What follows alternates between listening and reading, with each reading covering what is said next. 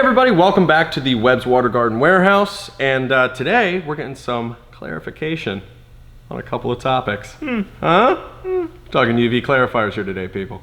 All right, so first off, let's jump in. What is a UV clarifier, especially for anybody who's new to the pond game?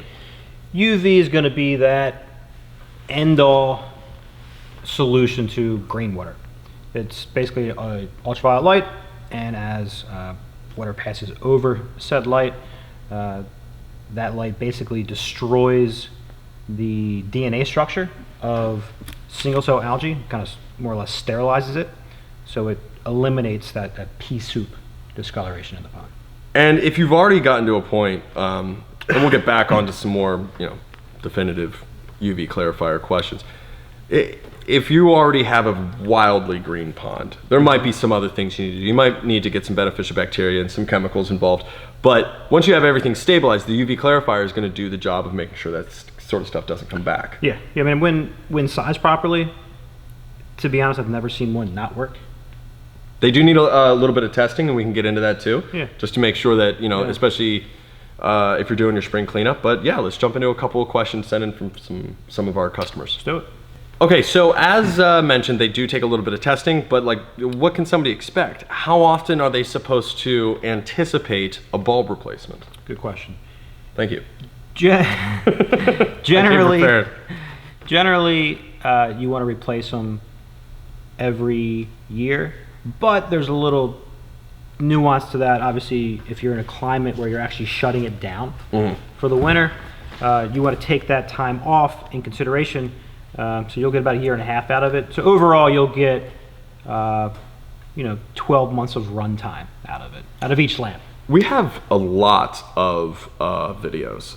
I want to say it's at least a half dozen videos where Joe will just rip apart a machine and show you where the button is on how to test this thing. Yeah. And I highly suggest that if you can't find one specifically for your model, that you call in, because it could be aggravating and just really stressful to ask yourself the question of whether or not you're replacing something that doesn't need replaced. Yeah, and not every unit has that trip switch, so just be mindful that it's a lot. Yeah, and taking them out, you'll see it looks like you're in a movie, pulling some sort of atomic bomb apart or something, because you have this big glass tube and you don't want to be knocking that stuff around. It's pretty fragile. It's not the least it's not the easiest thing in pond management to check these things out. No, it's fragile. It's glass. So absolutely. Take your time. When you're replacing the lamp, every year, it's a good time to take out the quart sleeve. Make sure the outside of that's clean, because you'll get calcium and debris that kind of accumulates on the outside. But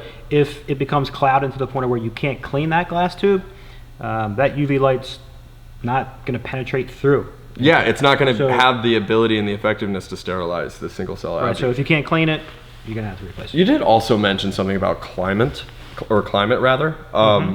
And what's a winterization program for these things? Yeah, most you're going to just bring inside, because the units are mainly glass components. If any part of that becomes broken, manufacturers are not going to cover it. They're going to be expensive pieces to replace, and obviously you're replacing them yearly to begin with. Bulbs anyway. You don't want to end up replacing bulbs and sleeves every year. Right. So those could just get brought inside. But sometimes your system is hard plumbed. You can't bring, for example, an aqua ultraviolet system inside.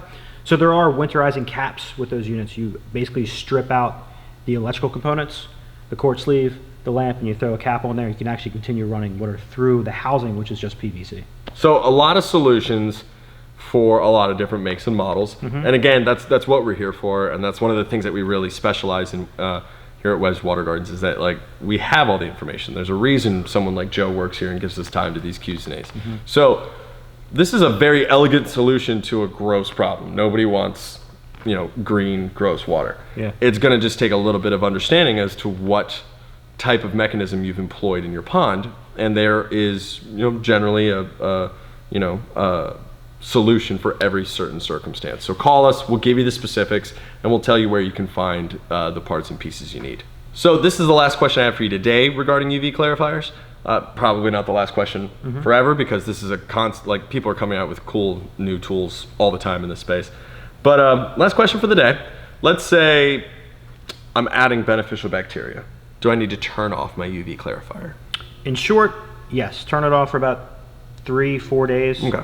And why is that? What happens in those 3-4 days? It's still cycling through the pond. It hasn't really grabbed onto where it's going to grab onto and start Okay. living. So if it's free moving for those few days and it passes over a lit bulb, the possibility of that bulb sterilizing that bacteria, That's likely. That's what it's for. high possibility. Yeah. All right. So guys, if you have any questions, give us a call. We have tons of products that we mentioned in this space, and we'd be happy to tell you what's best for your pond and your build. Till next time, take care and enjoy your pond.